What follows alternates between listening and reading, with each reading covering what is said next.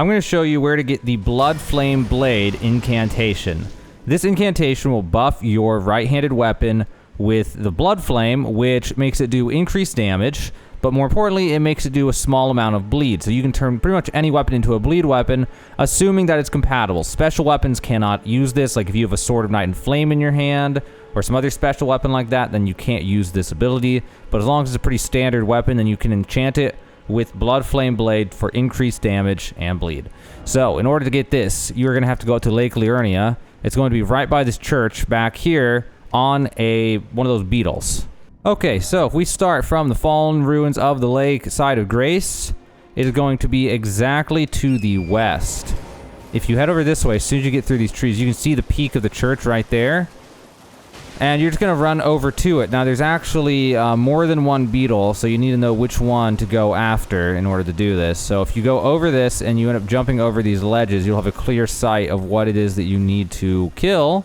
So we get over here, and it's off in the distance. There's one right there. That's a normal flask one. But if you go to this one back here to the west of the church, this one has the Ash of War that you want. Oh my gosh, this character has so little damage. There we go. Bloodflame Blade. There it is on that beetle right here on the map. That is where you get Bloodflame Blade. And remember, this is an incantation. So the way this is going to work is you'll need one of these sacred charms, whatever they're called. Sacred Seal, I think. And you will use it in order to activate it on your right hand. But really quick, I'm going to show how much damage we do with this thing. 89 damage. Alright, so let me back off, and now I'm going to buff it with Blood Flame.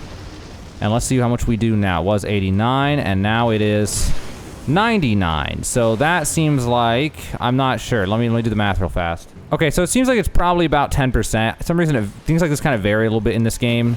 But it also causes bleed. Now, I don't know if we'll proc... There it is. Proc the bleed on him.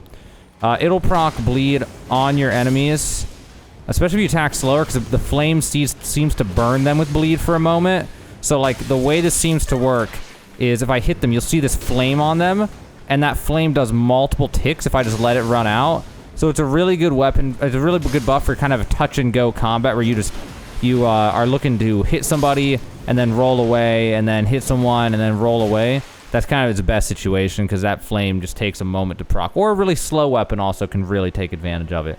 That's basically all it does. It gives you 10% weapon buff, or weapon damage buff, and makes your weapon do bleed. Now, you won't be able to use this on a weapon if it already has something on it, like Rivers of Blood that already has a bleed, Ice Red Hatchet that has frost, you know, so on and so forth. But if you have a normal weapon that's your main weapon, that just is some standard weapon that's leveled up real high, then you'll be able to enchant it with bleed using the Bloodflame Blade incantation. One more time, that was found up at Lake Liurnia by Rose Church, just to the northwest right there. And that is how you get Bloodflame Blade in Elden Ring.